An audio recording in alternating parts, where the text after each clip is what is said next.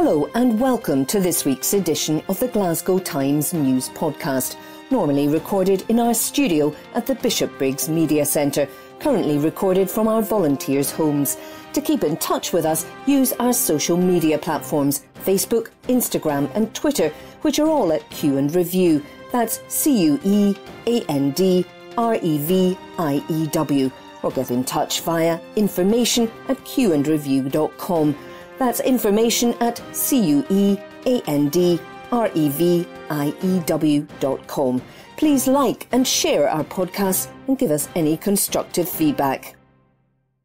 From the Glasgow Times, Thursday the 25th of August 2022, from the news section. This was disgraceful behaviour.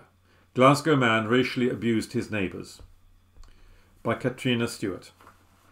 A man dodged jail after racially abusing his neighbours. The family called police after Daniel Connolly had been stamping up and down for an hour from 9 a.m, loud enough to be heard through the ceiling. Connolly then went outside the block of flats. The father of the family leaned out of his bedroom window and called down to ask Connolly what he was doing. The 51-year-old shouted back, "You fucking bastards, you black bastards."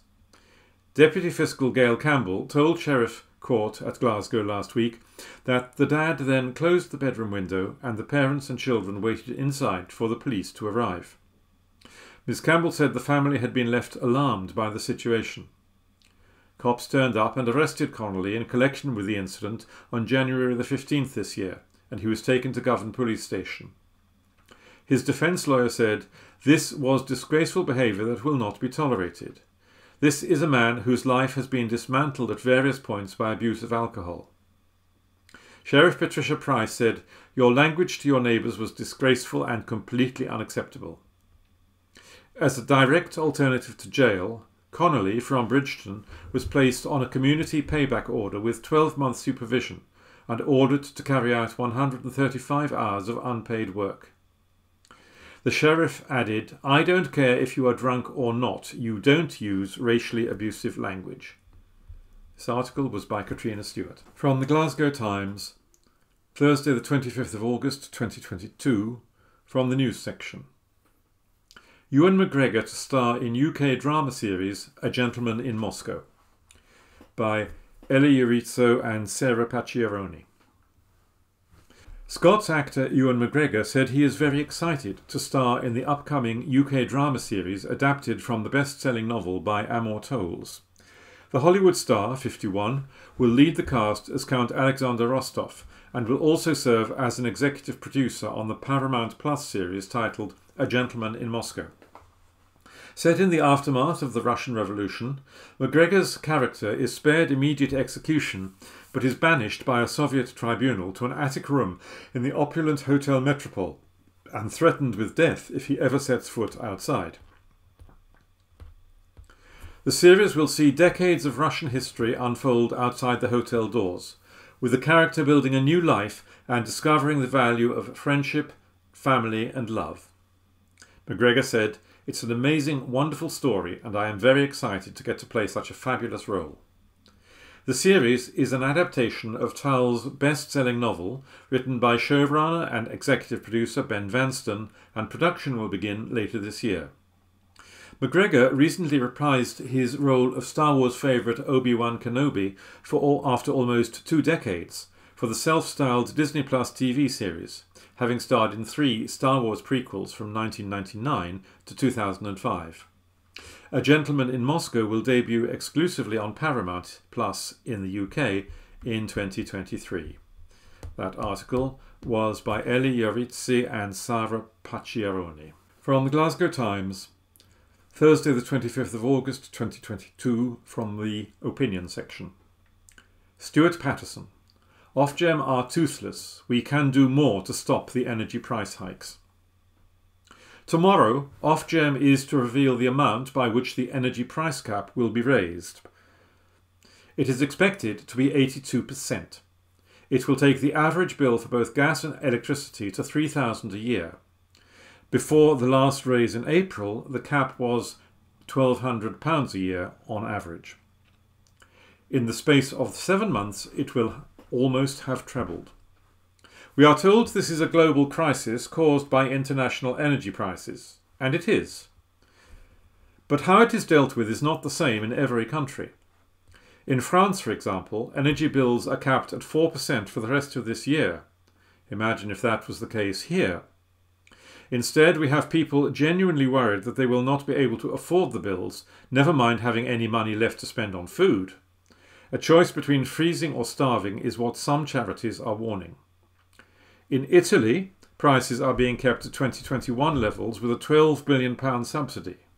In Spain, VAT is being cut to 10% and a price cap cutting bills in half. While bills are rising in these countries too, the price cap seems to be working better to protect consumers than it is here. Indeed, we have the UK government refusing to freeze prices and allowing the regulator, Ofgem, to let prices run riot, making the idea of a cap being there to protect consumers at all so laughable it should have its own show on the Edinburgh Fringe. We have been totally let down by the big energy firms and governments. The bosses of the energy companies are completely out of touch with the customers they serve. A quick glance at the salaries of the bosses at the head of the big firms shows they are earning sums that the rest of us can only dream about. SSE boss Alistair Philip Davies got a 47% pay rise this year, taking his remuneration package to £4.5 million a year. Keith Anderson, Scottish power boss, is reportedly on more than £1 million a year. This week, a former boss of one of the Big Six said that financial support from the government needs to be targeted because it was only 15% of the population that cannot afford the increase in bills. If anyone wishes to respond to his comments, they can send him an email to headintheclouds@cloudcuckooland.com. One of the reasons France can put the cap at 4% is the state owns EDF Électricité de France. The government caps the bills and the nationalised energy firm takes the hit of around £7 billion. It is also less reliant on gas than the UK. But in the UK, we are not reliant on Russian gas in the way some other European countries are. Our problem is we don't have the capacity to store it, putting the country more at risk from price rises. The UK has only enough capacity to store gas to last around 5 days in the winter, while other European countries can stock up months' worth. Also, we do not own our own energy companies like they do in France. In fact, EDF is one of the big players in the UK energy market too. Last week it told this newspaper its tariffs in the UK were £5,000 a year. In France it can't charge more than 4% increase, but here, from tomorrow, it can ramp up prices by 82%. It's not just the UK that has questions to answer, even though energy policy is reserved and regulation is UK-wide. The SNP said in 2017 it would create a publicly owned national energy company by 2021, but there is no sign of a publicly run energy company. The First Minister said that it had not progressed in the way we intended and said COVID had hampered it. You can make up your own mind on whether you think we would have had a publicly owned energy company by now had the pandemic not happened. We will never know. What we do know is that from October, people are going to be looking at bills that will swallow up most of their income. It will leave people in debt. It will leave people with no discretionary spending power, leading to businesses without customers and putting people out of work and companies out of business. While the biggest economic crisis in living memory for most of the population is coming down the track faster than Boris Johnson leaving to go on holiday, we have no effective political leadership. The Prime Minister is absent, and the only two people who can replace him have nothing meaningful to say on averting this catastrophe. They want us to believe that there is not a lot we can do in the face of international events and that price rises are inevitable. But a quick look across the English Channel shows us that this is not the case. Instead of capping the rises at a level that actually helps households, prices will rocket. CEO salaries are rocketing, and at the same time debt will rocket, poverty will rocket, and unemployment will rocket. It is not rocket science. Freeze the bills, protect the population. This article was by Stuart Patterson. From the Glasgow Times, Thursday the 25th of August 2022, from the opinion section. Secret Glasgow taxi driver makes plea over low emission zone plan. This column strives to be light-hearted but sometimes must be serious. This is one of those weeks. With the impending low emission zone less than a year away, despite multiple requests for an extension to the deadline, the trade as we know it is facing its greatest ever challenge. On behalf of all Glasgow taxi drivers, and for the benefit of Glasgow Times readers, I share the following letter issued by Glasgow Taxis Limited to a Glasgow City Councillor in the past week. Dear Councillor, thank you again for taking the time to visit our base on the 27th of June 2022. Hopefully our discussion helped to explain the wide range of issues impacting the sustainability of the taxi trade in Glasgow. Death by 1,000 cuts.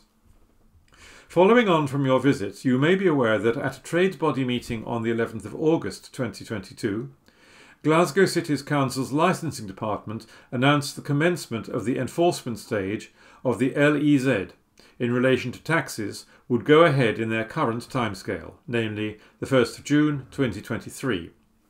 It was stated that all licence holders will be notified of this decision in writing in the coming week.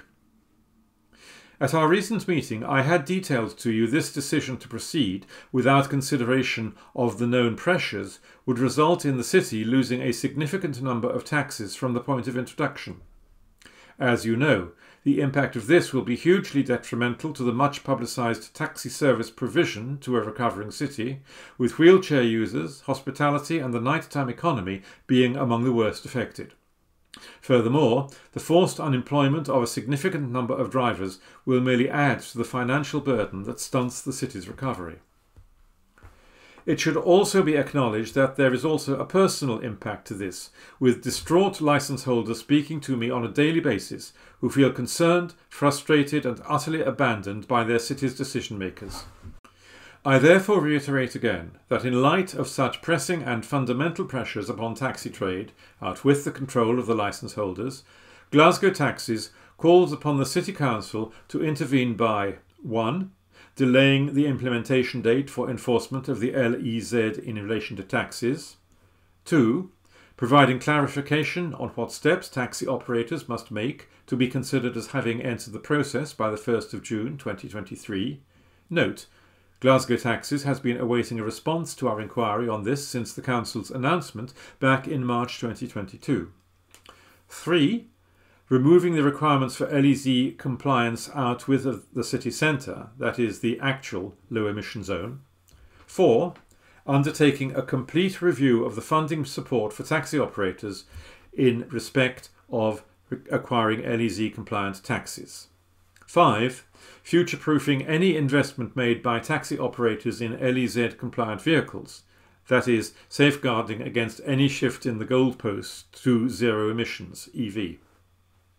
It is not without irony that the above discussion points are contemporaneous with the draft city centre transformation plan separating and elevating taxis from private cars and including taxis as a contributor to the public transport solutions which see Glasgow achieve its target of a reduction in private car use.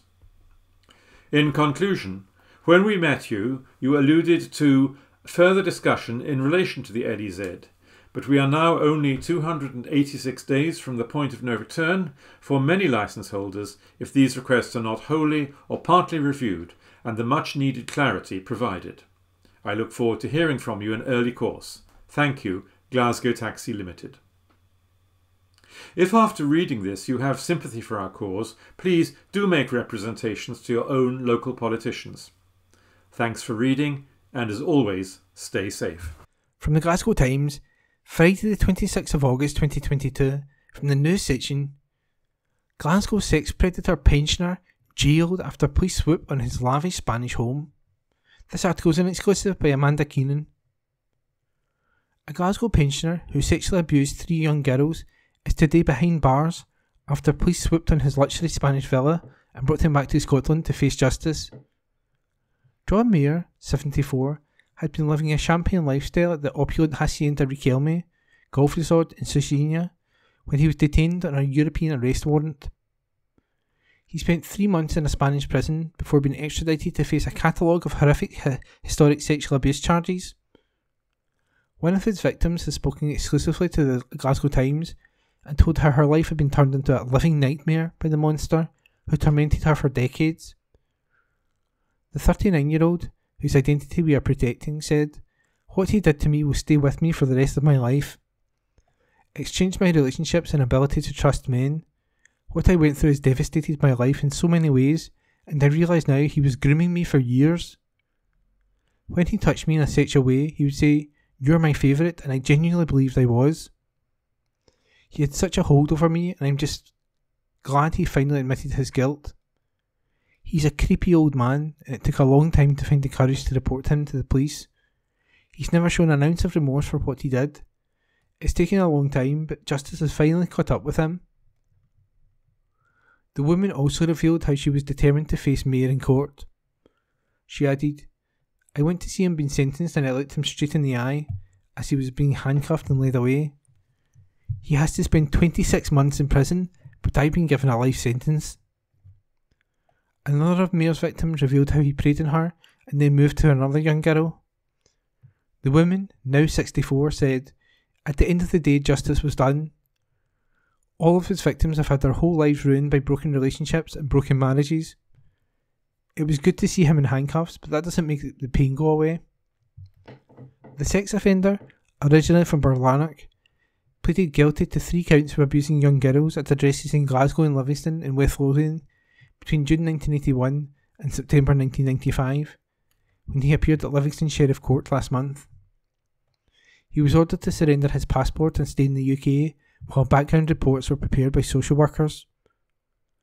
In a sickening final insult to his victims, the wealthy pervert tried to use his cash to avoid a prison sentence, offering to pay them compensation in exchange for his liberty. Sheriff James Farquharson rejected his offer. Jailing him for 26 months, she told him, "You have enjoyed a very lucrative lifestyle living abroad in a golf resort, but you're a paedophile and you're a danger to people." Mayer's offending remained a secret until 2013, when one of his victims told a relative what he had done. Her cousin then confessed that he had sexually abused her as well, and, after the #MeToo hashtag went global in the wake of the Harvey Weinstein scandal, another of his victims went to the police in 2013.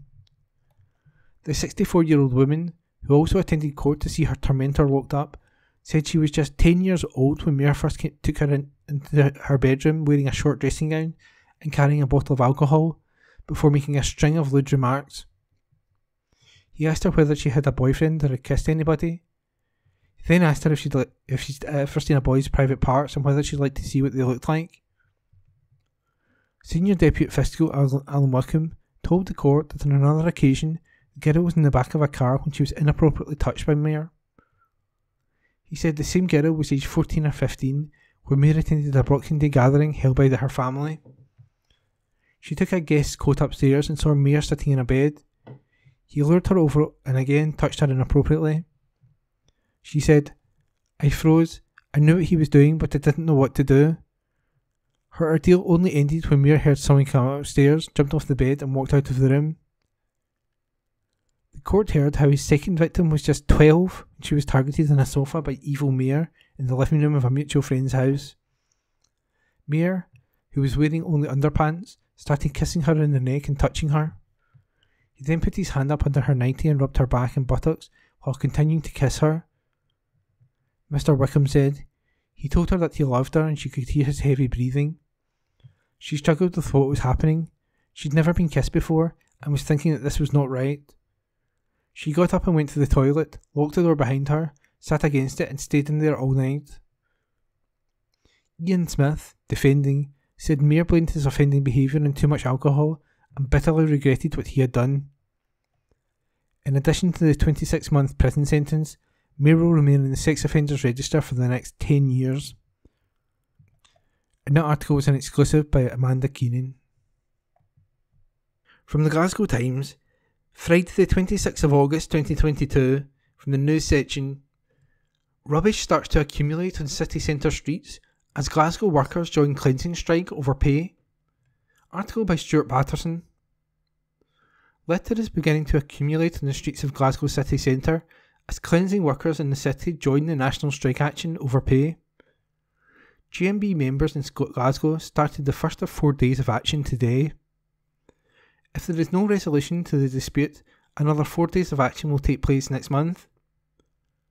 Household bins will not be collected, and people are told not to put them out for collection if it falls on one of the strike days. Street litter bins and street cleaning are also affected by the strike. GMB said the political leaders had to make a serious offer to reflect the cost of living crisis. In Sauchiehall Street, the impact can be seen immediately as there is no street cleaning. On Friday morning, one of the city centre's main streets was littered with fast food takeaway cartons and other packaging left from the night before. People in the city centre reacted to what they were seeing. One woman noted that while the street was covered with litter, the bins were not full. She said, "People have just thrown it away and not put it in the bins. Look at the bins, they're all empty." A man, who has been working on the street all week, remarked on the bags of rubbish piling up beside street bins. He said, "They have been there all week, and there's more added every day. These bags have not been picked up for days." Another man simply said, "It's a disgrace, isn't it?" On its website, Glasgow City Council said about street bins, "We expect street litter bins, including those in parks and public recycling points, to be affected by the strike action. If a bin is already full, then please try to find another bin that you can take your waste or take your waste home and store it appropriately." GMB, which represents most of the cleansing workers in Glasgow, said it will not accept poverty wages. Keir Greenaway, GMB Scotland Senior Organiser for Public Services, said, "Aspirational proposals from political leaders won't suspend these strikes, and they won't put a penny more in workers' pockets to confront this rapidly deteriorating cost of living crisis." GMB members are clear that they are not prepared to accept working poverty as an inevitability, and their strike actions are a direct response to the failure of political leaders to realise this. That was an article by Stuart Patterson. From the Glasgow Times, Friday the 26th of August 2022, from the news section. Secrets of Glasgow's Borough Collection revealed in new exhibition, by Anne Fotheringham, senior features writer. If one architect had got his way, Glasgow's world-famous Borough Collection might have been built in the shape of 3 giant cows. Instead, the Pollock Park Museum was designed along much more traditional lines, as curator Laura Bald explains. There were 242 entries for the competition to design the building and, alongside brutalist 70s architecture and mini castles, one architect planned to build it in the shape of 3 cows, she smiles. In a parallel universe, I could be talking to you from inside another. The bovine design plan is one of many fascinating facts revealed in the borough's legacy, a great gift to Glasgow. The first exhibition to be held at the museum since it reopened in March following a major refurbishment and design. It opens tomorrow, August 27th, and entry is free. More than 100 extraordinary objects help to tell the story of how a couple's private art collection became a treasured civic museum of international significance. Duncan Dornan, head of Glasgow Life Museums and Collections, said, "Since opening in March, the popularity of the Borough Collection, together with positive feedback from visitors, highlights a huge affection that exists for the museum. I've often wondered what Dr. Tom Honeyman must have thought on the journey home from Hutton Castle, where he learned the boroughs were to gift their exceptional collection to the city of Glasgow. The breadth and scale of that collection, which continues to grow today thanks to the work of the borough trustees, has inspired people from its initial donation in 1944 to its refurbishment and redisplay over 75 years later. It seems appropriate that the first exhibition in the new borough reveals more about the couple themselves and the story behind the creation of the wonderful museum in which their collection is housed." Laura Bald, who's curated the exhibition, explains, "It's like a mini borough inside the borough. We wanted to give a flavour of everything in the collection, so we will see tapestries and textiles, artworks from China, furniture, stained glass, and more. Highlights include a fragment of mosaic floor from a wealthy Roman villa dating back to 100 BC, L'Imperante, a French sculptor Camille Claudel, the first sculpture by a woman to enter the collection, a painting, A Mallard Rising by Glasgow boy Joseph Crawhill, and a Japanese woodcut by Otaga Kunisada called Shoki the Demon Queller, which happens to be Laura's favourite burrow item of all time. I've always loved it. He's so fearsome, she explains. I was always determined to get him on display, so my work is done. My dad gave my mum a poster of Shoki when they were dating, when they used to come here in the 1980s. She adds with a laugh, so my whole family will be happy this is part of the exhibition. Laura studied art history and then museum studies at the University of Glasgow, where the burrow collection was the subject of her dissertation. 12 years ago, I was standing in a lecture hall talking about the burrows to my classmates, and now I'm here, working on the first exhibition about their collection to open the whole of Glasgow, she says, smiling. That's pretty amazing. The burrow's legacy, A Great Gift to Glasgow, opens on Saturday and runs until April 2023. And that article was by Anne Fotheringham. From the Glasgow Times, Friday the 26th of August 2022, in the news section, an absolute disgrace. Royal Mail workers in first day of strikes over pay dispute, by Marissa McWhirter. The first day of national strike action for Royal Mail workers started today over pay. The Communication Workers Union, CWU, which represents Royal Mail Group workers, took to the streets after members voted by 97.6% on a 77% turnout to take action. Further strike action will take place on August the 31st, September the 8th and September the 9th. CWU members waved flags outside the Glasgow South East Delivery Office in Cambuslang and were joined by Labour councillors and MSPs from Glasgow. They chanted, "The workers, united, will never be defeated," in unison as passing cars honked in recognition. Earlier this summer, management at Royal Mail gave workers a 2% pay rise, which the union argues is not enough to support workers, as inflation is set to hit 18% by January 2023. Craig Anderson, Regional Secretary of the CWU, told the Glasgow Times, "Our members are really struggling at the moment, especially with energy bills and fuel and food. 2% is just not enough. This is a company that has made millions of pounds, £758 million in profits. The CEOs and the financial officer have awarded themselves £2 million in bonuses, and they gave out £400 million to shareholders in dividends. So this is not a company with no money that's making no money. Our workers worked through the pandemic, they delivered record amounts of mail, they delivered record profits for the company, and also a massive amount of money for shareholders. And to be given or to be imposed on them only 2% currently, it's an absolute disgrace." A spokesperson for Royal Mail said the strike action would put the company into the most uncertain time of its 500-year history and is putting jobs at risk and making pay rises less affordable. The spokesperson added, "We apologise to our customers and the public for the inconvenience the CWU's strike action will cause. We have offered to meet the CWU numerous times in recent weeks, but they declined each invitation, preferring to spend their time on the political agenda of the UK trade union movement. We remain ready to talk with the CWU to try to avert damaging industrial action and prevent significant inconvenience for our customers. But any talks must be about both change and pay." And that article was by Marissa McWhirter.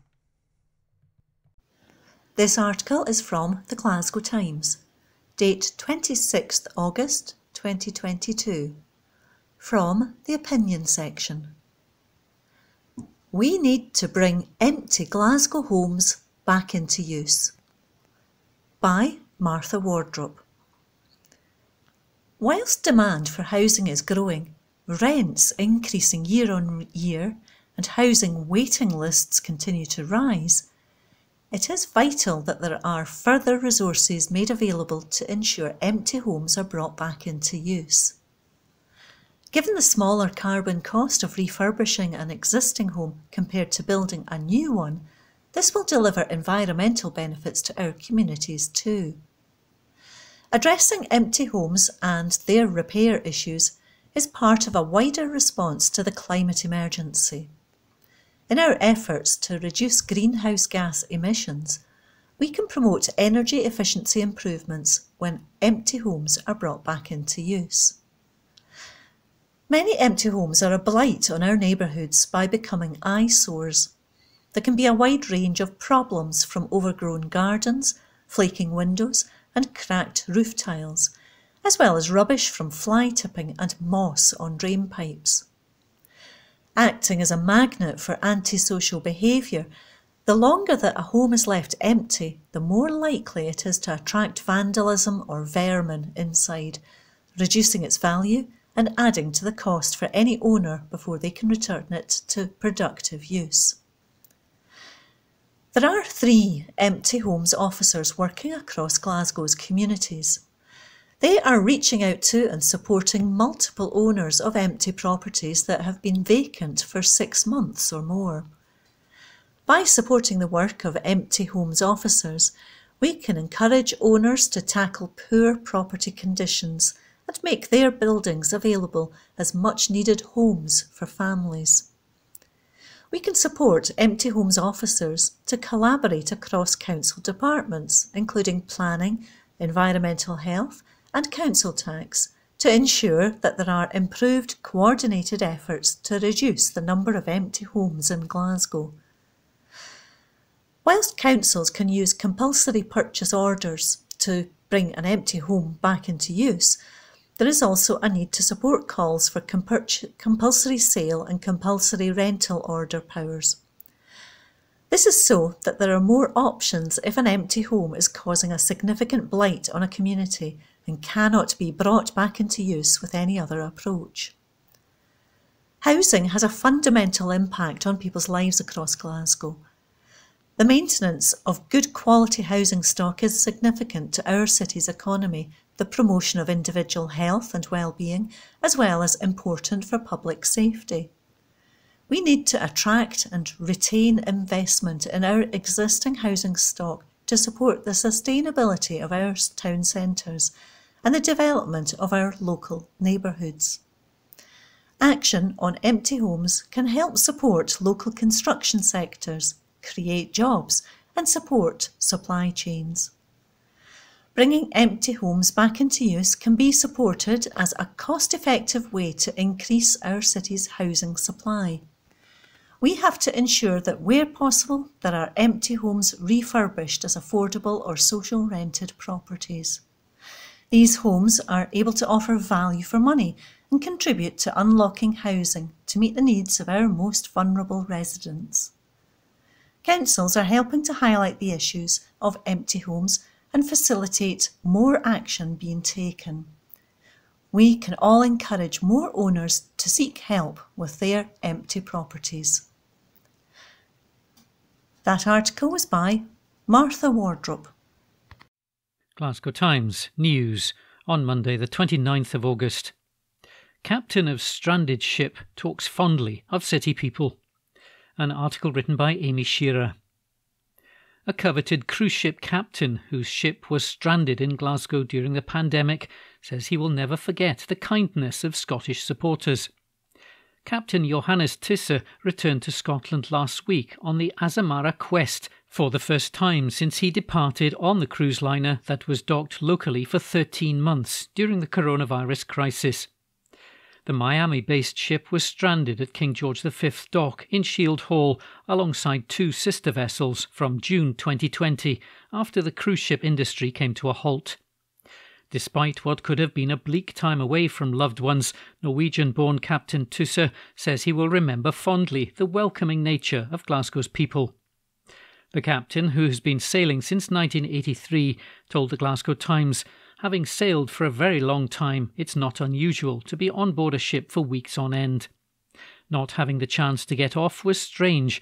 We could get down onto the dock and walk about and go and check on the other ships, but that was as far as we could go."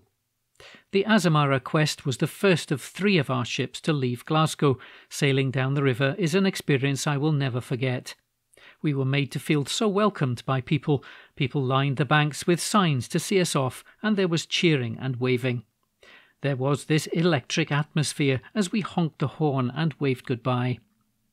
The Azamara Quest, which can hold up to 700 passengers at capacity, returned to Scotland last week and docked in Greenock as part of a voyage which departed from Amsterdam to Dublin.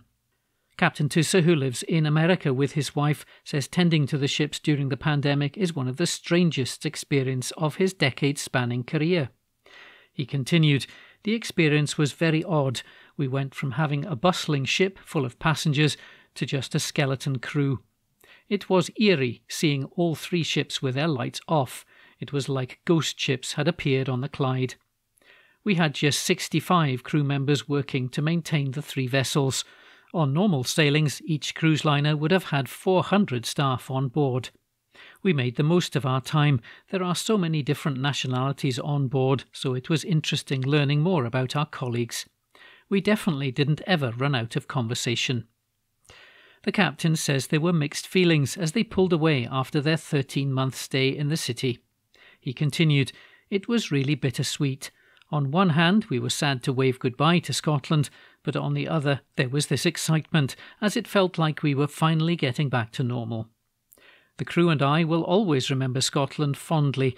We loved visiting here before, but even more so now. It's nice to be back under different circumstances. However, one thing that hasn't changed is the weather. You always get 4 seasons in one day." An article written by Amy Shearer. Glasgow Times News on Monday the 29th of August. Student Hall's plan delayed.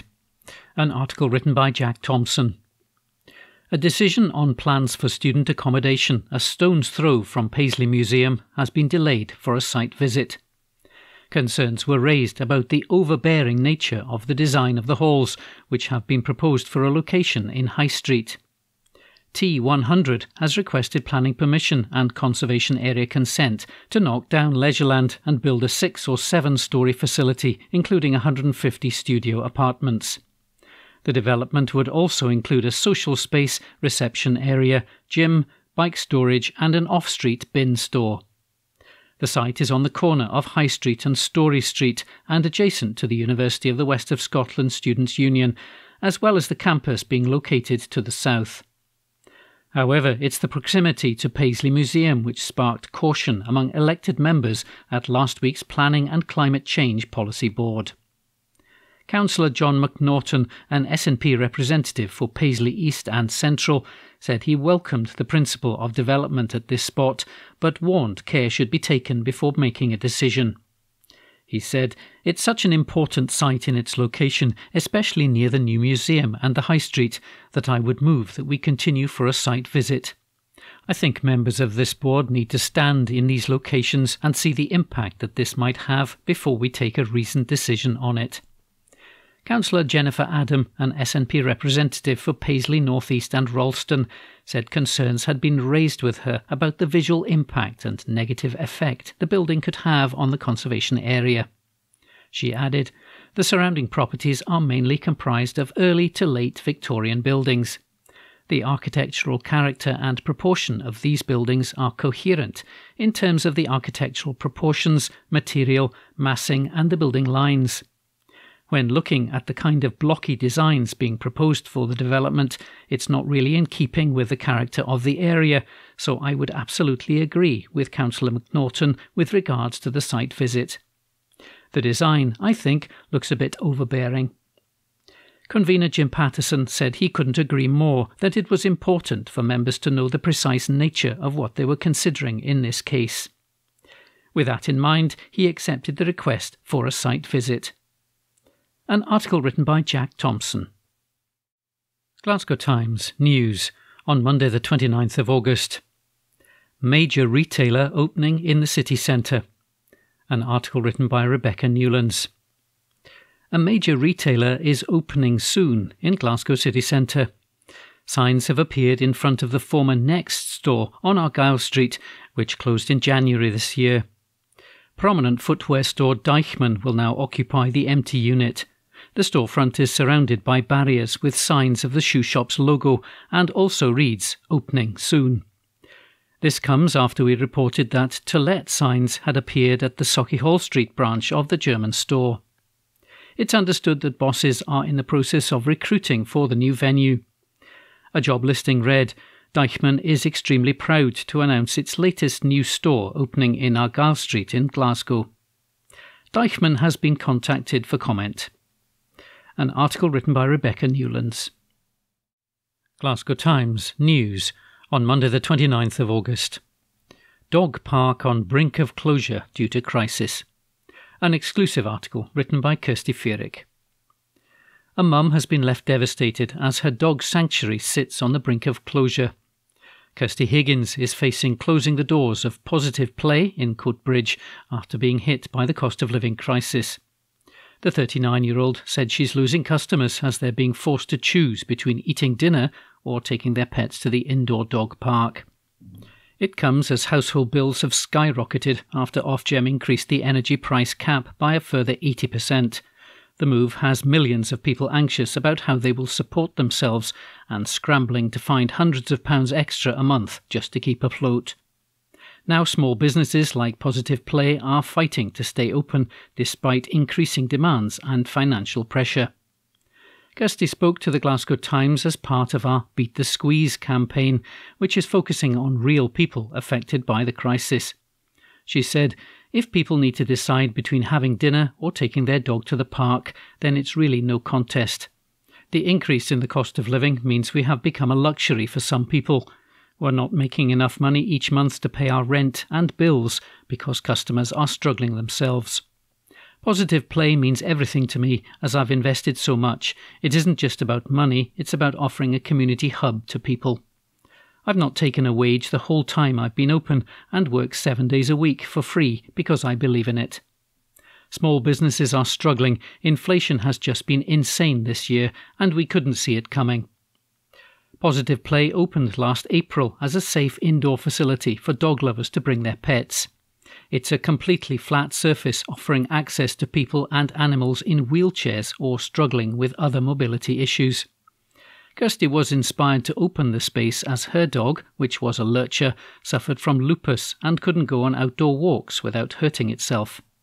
Her second rescue dog, a collie, also can't enjoy the outdoors as it's allergic to grass, so relies on the indoor park to get safe exercise. The business enjoyed a successful first year, but after prices began to soar this year, Kirsty has seen regular customers forced to step away. Kirsty said, I have people that can come here without their carers because it has great mobility and is a safe place. That means a lot. The controlled environment allows people to relax, meet friends and build community links. It would be a big loss to close as we've become so necessary for people, but they just can't afford it anymore. We just need to get through this patch that is currently a crisis for many people. An exclusive article written by Kirsty Fearick. Glasgow Times News on Monday the 29th of August. Real-life prime suspect cop to tell all at Glasgow Crime Con. An article written by Deborah Anderson. There are some cases which are hard to let go of, even for tough ex-police officers. And for former detective and the inspiration behind television drama Prime Suspect with Dame Helen Mirren portraying the lead role of Detective Chief Inspector Jane Tennyson, it's no different. Former Detective Chief Inspector of the Metropolitan Police Jackie Moulton, who rose through the ranks of a male-dominated police force when she started out in the 1970s and worked on murder cases, serious assaults and also police corruption, still remembers the haunting case of an 8-year-old boy who disappeared more than 40 years ago. Every police officer has cases that stay with them. Vishal Malhotra was one of the names that I will never forget, Ms Moulton says. It was the day of the royal wedding of Prince Charles and Lady Diana Spencer on July the 29th, 1981. Vishal was 8 when he vanished in broad daylight. He had been playing near his home in southwest London when the nanny had taken him and his sister to get some sweets from a newsagent. She then watched as Vishal crossed the busy Upper Richmond Road safely to head home while she ran some errands with his sister Mamta. It was 2 p.m. Vishal was never seen again. His body was found 5 months later, but no one was ever caught for his murder, and it's a case that Miss Moulton will never forget. It remains in her heart. She was reminded of the case during a link-up with a Scots police officer in connection with the deaths of 3 children in Edinburgh. Miss Moulton will be appearing at the first ever Glasgow Crime Con next month, reports our sister title, The Herald. She's already had some links with her counterparts north of the border.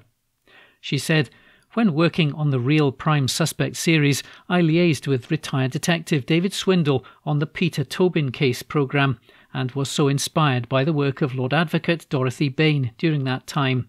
She is brilliant. Again, during my time on the Real Prime Suspect, I interviewed Diane Smith, the family liaison officer on the very sad case of Teresa Ricci, who killed her children. Totally heartbreaking case, it really was. Ms Moulton broke through in her career, rising to the top at a time when there were few females in senior roles. Does she think Scotland is long overdue a female chief constable? Yes, of course I do, so needed in the current times especially, Ms Moulton added. CrimeCon, the world's leading true crime event, is coming to Scotland for the first time next month. Hosted in Glasgow's Hilton Hotel on September the 10th, it sees a lineup of leading experts come to the city to discuss all things true crime. Partnering with leading factual entertainment channel and true crime destination CBS Reality, CrimeCon Glasgow will bring together prominent law enforcement representatives, including former Detective Superintendent David Swindle, the man behind the Peter Tobin investigation and arrest, ex-Chief Crown Prosecutor Nazil Afzal, who during a 24-year career prosecuted some of the most high-profile cases in the country, and Mark Williams-Thomas, who exposed Jimmy Savile as one of the nation's worst-ever paedophiles. Ms Moulton is delighted to be heading north for the first Glasgow CrimeCon, she added. I'm so looking forward to it. The concept of CrimeCon is phenomenal, and so I can't wait. I love Glasgow too. It's close to my heart. CrimeCon attendees will also hear from true crime television personalities, including Colin Sutton from The Real Manhunter, as he talks about his investigation into the chilling case of Levi Belfield. He will share insights from the investigation into the infamous serial killer who is now serving a life sentence for the murders of Millie Dowler, Amelie Delagrange and Marcia MacDonnell. Also in attendance will be Vanessa Frake, MBE, former head of security and operations at Wormwood Scrubs. Woodcut Media, one of the fastest growing independent and leading true crime producers in the United Kingdom, will present its television brands as part of CrimeCon's live experiences, including a session on Scotland's most evil killers. Across a one-day programme, CrimeCon Glasgow will welcome top-level documentary makers, investigative journalists, popular podcasters, renowned criminologists and true crime authors. Tragically, the parents of 2 Scots killed abroad will come together for the first time at the event. Craig Mallon was killed by a single lethal blow after being set upon outside a nightclub in Spain's Lloret de Mar, while Kirsty Maxwell died after plunging 100 feet from the 10th floor of an apartment block in Benidorm while on a hen do. Craig's father Ian Mallon and Kirsty's parents Brian and Denise Curry are still searching for answers. They're both being assisted by Victims Abroad, which was set up by retired detective David Swindle to help the cases move forward. Now the 2 families will meet in Glasgow at the crime convention. Mr Mallon said he hoped the families could find solace as well as sharing information that may help to get justice. Nancy Bohan, event director of CrimeCon UK, said, "Fans of true crime are not ghoulish, macabre fans of serial killers or psychopaths, but instead are sympathetic and empathetic fans of justice who are intrigued by the mysteries. We have hours of wide-ranging, compelling and informative content. It's a must-attend event for all true crime enthusiasts." It's 30 years since Prime Suspect appeared on our TV screens and was compelling viewing with Dame Helen Mirren and her menacing sidekick actor Tom Bell, and 25 years since Miss Moulton retired from the force. Miss Moulton, who has recently brought out her memoir, The Real Prime Suspect, has had time to look back on how the show made an impact. "It changed my life completely, for the good," she added. "It gave me a profile and it had a very loyal following. It opened a new world for me and allowed me a career following my career in the police force. I had no idea of the impact it was going to have. It was over 30 years ago now, and it's still inspirational to so many people, especially women who want to join the police following watching it." An article written by Deborah Anderson. Evening Times, August 29. Lifestyle. The Glasgow crime story of safecracker Paddy Meehan. Glasgow safecracker Patrick "Paddy" Meehan has a unique place in the history of crime in the city. He was at the centre of one of the most notorious miscarriages of justice in Scottish legal history that resulted in him becoming the first and only Scot to get a royal pardon. The sensational story begins in July 1969, after a gang broke into the Ayr home of elderly bingo hall owner Abraham Ross, stealing jewellery and torturing him and his 72-year-old wife Rachel. The couple were left tied up for 30 hours, proving too much for Rachel, who died in hospital. Abraham Ross survived the robbery, and he reported that the robbers had addressed each other as Pat and Jim. Police suspected two known criminals, Meehan and James Griffiths, whom they heard had been in the area at the time. In fact, Meehan had been elsewhere that night. He had spent most of his adult life in prison and was well connected in Glasgow's underworld to people like Arthur Thompson Sr., said to be the city's major criminal figure at the time. One man who would have confirmed Meehan's alibi was himself dead 9 days later, shot by a police gunman. Detectives had tried to speak to Englishman Griffiths at his flat in Holyrood Crescent in Glasgow's West End about the death of Rachel Ross. He knew that both he and Meehan were prime suspects for her murder and thought they were being fitted up by police. Abraham Ross had said that the two men in the house spoke with Glasgow accents, but Griffiths was from Lancashire. With the prospect of a life term looming, Griffiths decided he was not going to be taken alive. He began shooting at officers from the flat, hitting one in the back, before escaping through a back garden. He hijacked a car and led police on a chase through the city. In a mad 2-hour rampage, he shot 13 people, one fatally. Griffith's spree, during which he took pot shots from a rifle and a shotgun at terrified random victims, including children, remains one of the bloodiest episodes in modern Scottish history. The siege claimed the life of one man, William Hughes, who was shot in the Round Toe bar in Possil Park. Griffiths then hijacked a lorry, ending up in K Street, Springburn. Cornered by police, he raced into a block of flats, breaking into a top-floor property from where he started shooting at the people below, including children. Detective Sergeant Ian Smith, a firearms specialist, was drafted in to apprehend Griffiths. Armed with handguns, Smith and Chief Superintendent Malcolm Finlayson sneaked into the tenement close. When Griffiths, from Rochdale, Greater Manchester, ignored their pleas to surrender and fired at the officers, Finlayson hit him with a shot through the letterbox before the pair stormed the property and dragged him out. He died from his injuries, aged 34. It gave Griffiths the ignominy of becoming the first man shot dead by police in this country. Griffiths was given a pauper's funeral in Lynn Cemetery, Glasgow. The Lord Advocate ruled that there would be no public inquiry into his death, saying the officers had taken the necessary steps to protect the public. He also praised their bravery. Later that year, Meehan stood trial at the High Court in Edinburgh. Meehan's defence was that he and Griffiths had passed through Ayr on their way to case a place in Stranraer. He was a safe blower with convictions for bank robbery and had no convictions for violence, though Griffiths had several. However, Meehan's alibi had died in a hail of police bullets. He had another special defence.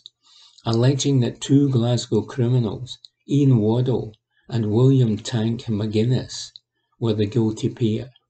However, the jury did not believe him, and he was convicted of murder and sentenced to life imprisonment. Before he was taken away, Meehan stood to attention in the dock and said, "I am innocent of this crime. You have made a terrible mistake." Had capital punishment still been an option on that day in 1969, Meehan would have been hanged. At the time, few believed in his innocence, apart from his lawyer Joe Beltrami. McGuinness, who was also a client of Beltrami's, had told the lawyer that he was Rachel's killer. Bound by client confidentiality, the lawyer was forced to keep the secret. However, Meehan's campaign was taken up by the famous broadcaster of the time, Ludovic Kennedy. The case took a further twist when in 1974 Waddell turned up at one newspaper and confessed the Ross break-in and murder, also giving information only the raiders could have known. McGuinness was then murdered in a brawl in March 1976 in Janefield Street near Celtic Park. Local criminal John Winning was charged with his murder, but the case against him collapsed because of insufficient evidence. Winning was also later murdered. Following the death of McGuinness, Beltrami asked his family for permission to reveal what he knew of his involvement in the Ross murder, which would allow the lawyer to break his privacy commitment. It was given, and after spending 7 years in jail, Meehan was freed in 1976 following an appeal. Later that year, Waddell was put on trial for the murder of Mrs. Ross. At his trial, he submitted a defence of incrimination, claiming that the murder was committed by Meehan, and Waddell was acquitted.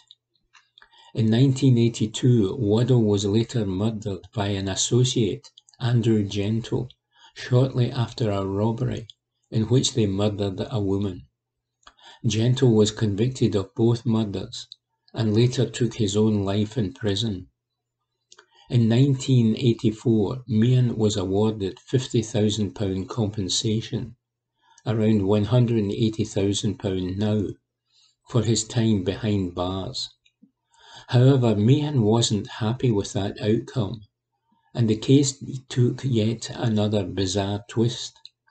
He claimed he had been framed for the Ross murder by British intelligence over his alleged role in the escape of a notorious spy, George Blake, in 1966 from Wandsworth Prison in London. In 1955, Meehan masterminded the escape of Terry Scarface Martin from Peterhead Prison, and did it himself in 1963 when serving an 8-year sentence in Nottingham Prison for attempted robbery. At the time, the world was in the grip of a Cold War between the Allies and the Soviet Union. Meehan thought he could make a lot of money by going behind the Iron Curtain and advising the Stasi secret police in East Germany and their equivalent, the KGB in Russia, on how they could spring supporters from British prisons. Travelling on a false passport, he made his way to East Germany, where he was held for 14 months where, according to Meehan, he passed on information about how Blake could be broken out of prison. Blake, a British double agent, who was jailed in 1961 for 42 years for spying for the Soviet Union, then broke out of his cell in Wormwood Scrubs in London in October 1966 and made his way to Russia. He had climbed out of a window when most of the prison was watching a film and scaled the outer wall using a ladder made of knitting needles. When he returned to Britain, Meehan claimed that he had warned Secret Service agents that an attempt to free Blake was imminent. The warning was then passed to the Home Office, yet no further restrictions were placed on Blake. During his lifetime, Meehan's claims were dismissed as the ramblings of a career criminal with a grudge against the system. An inquiry into his miscarriage of justice, held due to public demand and chaired by Lord Hunter, was reported back in 1982. They concluded that, despite a pardon, Meehan's guilt was not disproved, and there was no evidence of the police fabricating evidence as claimed. It was widely criticised as a whitewash. However, it is now generally accepted that the murder of Rachel Ross was committed by Waddell and McGuinness. Meehan died from natural causes in 1994 in a hospital in Swansea from throat cancer, having settled in nearby Port Talbot with family members. After his death, some elements of his life story were adapted and used by the author Denise Mina in her 2005 novel, The Field of Blood, with the main character a female journalist bearing his name. To this day, mystery still surrounds the murder of Rachel Ross and its links, if any, to Meehan. In a book about his own legal career, Beltrami, who died in 2015, wrote, "It was the most astonishing case I have ever had, and the most difficult." Report by Norman Sylvester.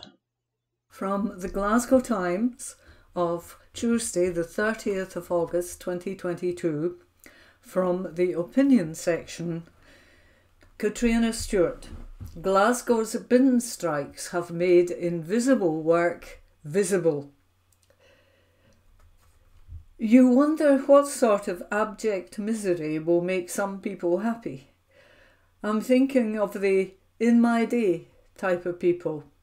You have seen them online, or maybe you're unfortunate enough to have some of them in your family. I'll assume you don't have them in your social circle, because who on earth is friends with these people? Say, for example, a young person is complaining about being unable to afford a deposit for a flat. In my day, they'll grumble, we didn't buy avocado on toast or have a Netflix subscription or drink takeaway coffees. The young don't know they're born. Or concerns about the cost of living crisis. In my day, and this is really wild stuff, we enjoyed making patterns in the frost inside our bedroom windows, and we hugged a hot brick to keep warm. The bin strikes have not been safe from these people either. I've been seeing folk share images of bags upon bags of rubbish piled high during the bin strikes of the Winter of Discontent in the 1970s, with words along the lines of, "This isn't a bin strike, that was a bin strike." I mean, gee, so give it a rest. It's all relative, isn't it? If you can't afford to buy a home now, or heat your home now, or if your home has rubbish piled outside now, it's what we're experiencing now. It doesn't matter if things were worse 50 years ago. And let's face it, you would hope for a bit of progress for humanity in 5 decades, not a massive slide backwards. I'm not sure where the criticism lies here either. Is it aimed at the public for not making enough mess? Is it aimed at the refuse workers for not striking long enough to generate as much mess? Or is it aimed at soft snowflakes for moaning about mess that isn't really all that bad? I tell you where it's not aimed, and in the correct direction, which is towards the people who are stopping low-paid workers from having fair earnings for fair work. During the pandemic, the people working in the jobs that are now taking industrial action were recognised by their employers as front-line workers. No one clapped on the doorsteps for the bin men, but it was the bin men who were out risking their health to do a serious job of work, while more fortunate sectors were able to work from home. It was the janitors and cleaning staff alongside the teachers who kept the buildings open, that allowed children and young people who needed extra support or who were the kids of key workers to be able to go into schools. During the ballot for industrial action, I spoke to union members and shop stewards who said COSLA's initial 2% pay rise had been nothing but a slap in the face to these people. It was this sense of insult that had prompted many to take the step to walk out. That's not an easy step. Low-paid workers in a cost of living emergency can hardly afford to lose more pay, but they were willing to in order to make a stand and for the hope of a better future. People might say it's unfair that the unions are targeting schools, but that's a complete misrepresentation of the situation. Schools are where low-paid staff work. They can't be expected to keep working without dignified pay just because they work in schools. A new pay offer has been made to try to settle the dispute.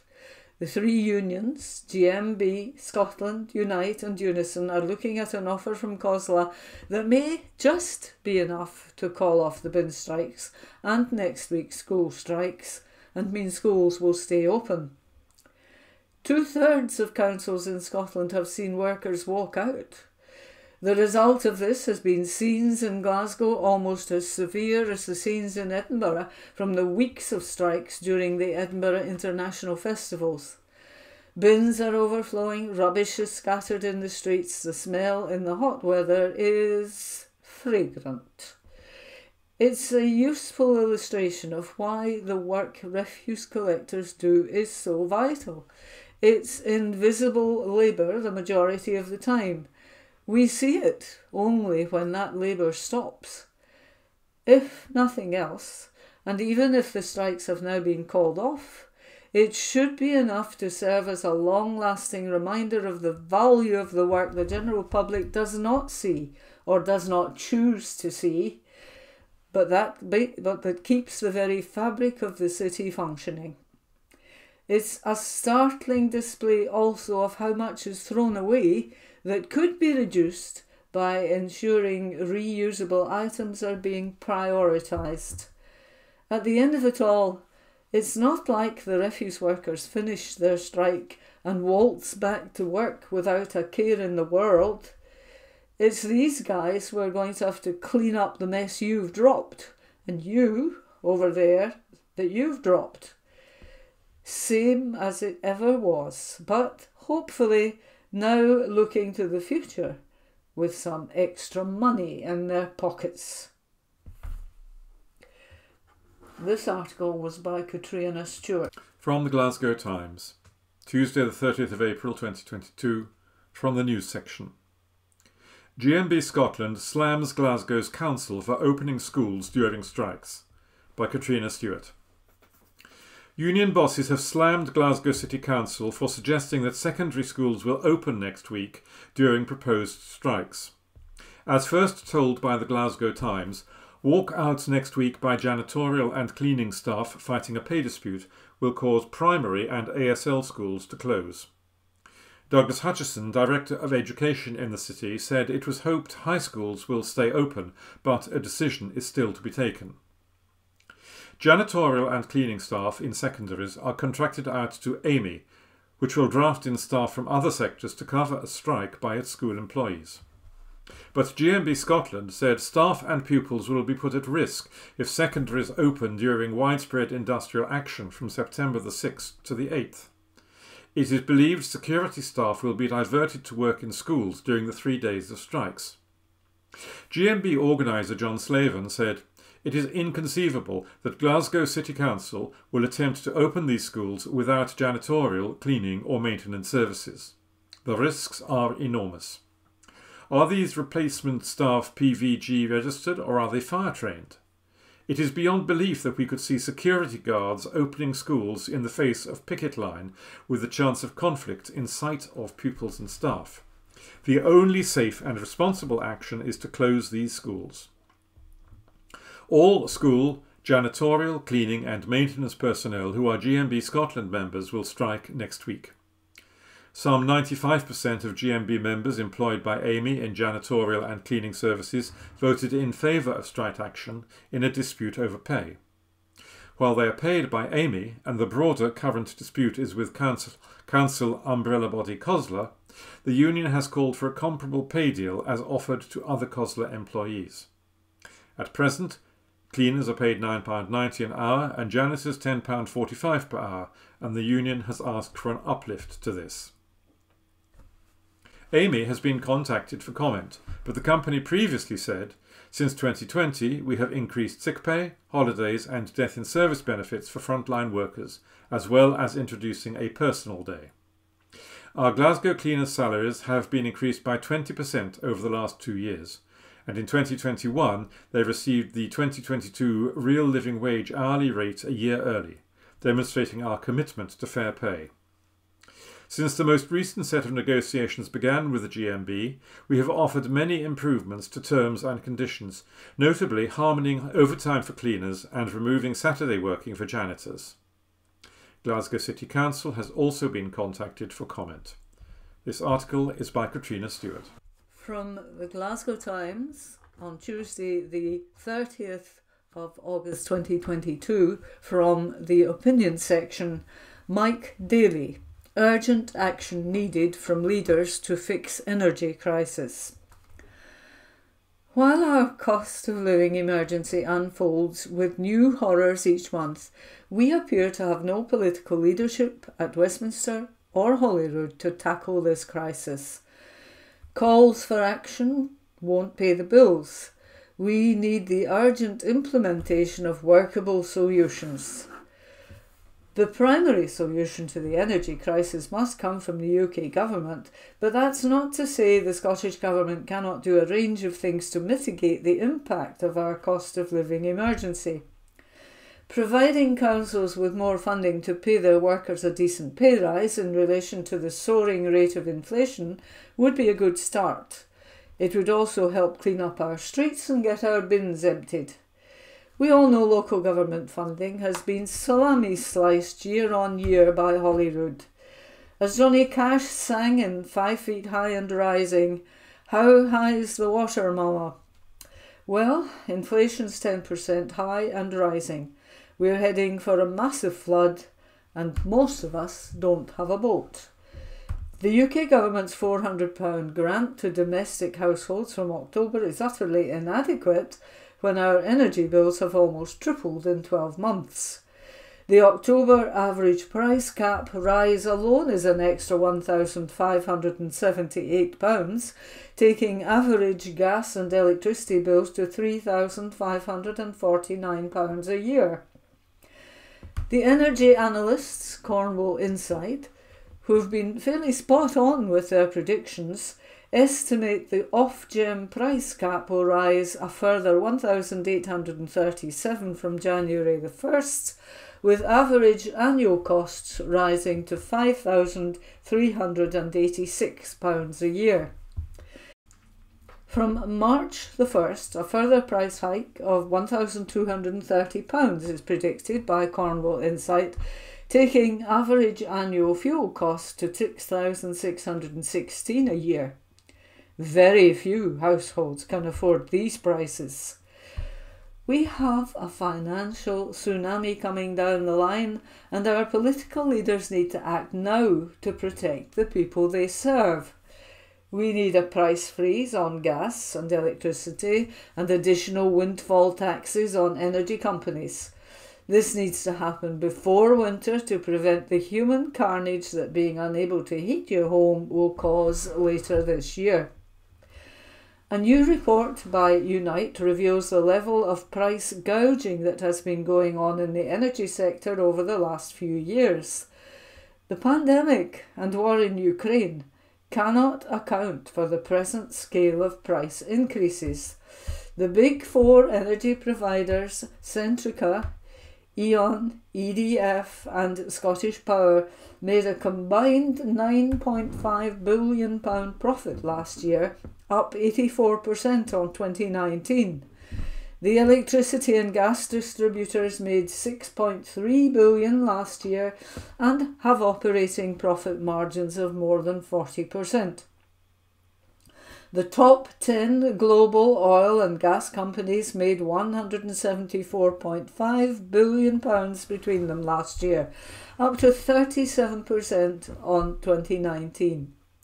7 top UK North Sea producers made a combined £41.6 billion last year, up 50% on 2019. Even if the UK government acts to freeze price hikes, there will still be many people facing financial misery. In England, a standard breathing space is available to anyone with problem debt. It gives them legal protections from creditor action for up to 60 days. In addition, a mental health crisis breathing space is available to someone receiving mental health crisis treatment and has stronger legal protections. It lasts as long as the person's mental health treatment, plus 30 days, no matter how long the treatment lasts. Protections include pausing most enforcement action and contact from creditors and freezing most interest and charges on their debts. In Scotland, we have a debt moratorium process that provides similar protections for up to 6 months. However, the Scottish debt moratorium lacks protections in relation to energy supply. In England, once a breathing space begins, an energy supplier cannot take steps to install a prepayment meter or use a prepayment meter already installed for the supply of gas or electricity to collect payment for a debt, unless the debtor has provided their consent to do so before the breathing space starts. Significantly, companies cannot take steps to disconnect a debtor's premises from a supply of gas or electricity unless they have taken that supply illegally. There is no reason why people in Scotland should not have similar legal protections. It would require amendments to the Rights of Entry, Gas and Electricity Boards Act 1954, which is reserved to Westminster. The Scottish Government could request a Section 30 order from the UK Government to introduce such energy protections and include these in an emergency cost of living bill. Such a bill could also include a temporary rent freeze for private renters, along with other measures to mitigate the cost of living crisis in Scotland. We need action from both the UK and Scottish governments, and we need it urgently. This article was by Mike Daly. From the Glasgow Times, Wednesday the 31st of August 2022, from the news section, dealer who killed dancer, 14, after he supplied her with ecstasy is jailed, by Connor Gordon, court reporter. A teenage drug dealer who killed a young dancer after he supplied her with ecstasy was jailed today for 7 years. James McKeown, 18, sold crystal MDMA to Cerys Reeve after advertising his illegal trade on Snapchat. The 14-year-old tragically died after then taking the drug during a sleepover at a friend's house in Greenock, Inverclyde, on July the 13th, 2020. First offender McKeown was found guilty of culpable homicide following a trial at the High Court in Glasgow.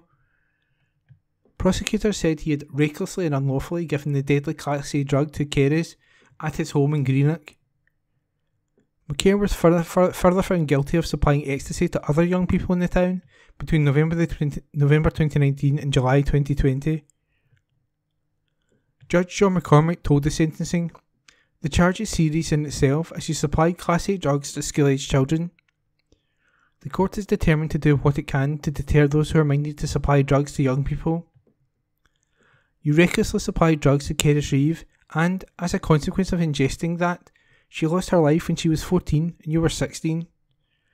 I can only imagine the anguish felt by her family, and no sentence can reflect on the gravity of what happened.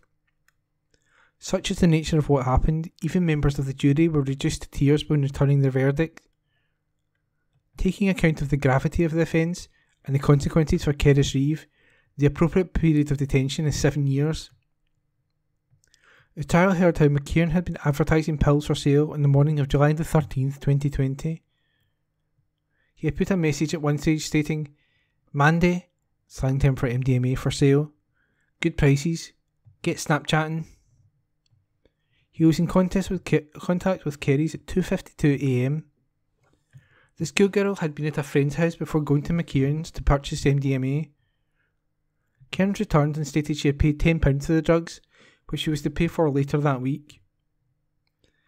The teenager went on to mix the powder into a cup of juice before taking it. Her friend then came back into the room after making a toastie and described Cerys soon acting really weird. This initially included her not being able to control her arms and kicking items off a window ledge. The friend told prosecutor Graham Jessup, "She asked me who I was and where she was. She was talking over herself and having conversations. She kept saying Thursday and saying one of her friend's names."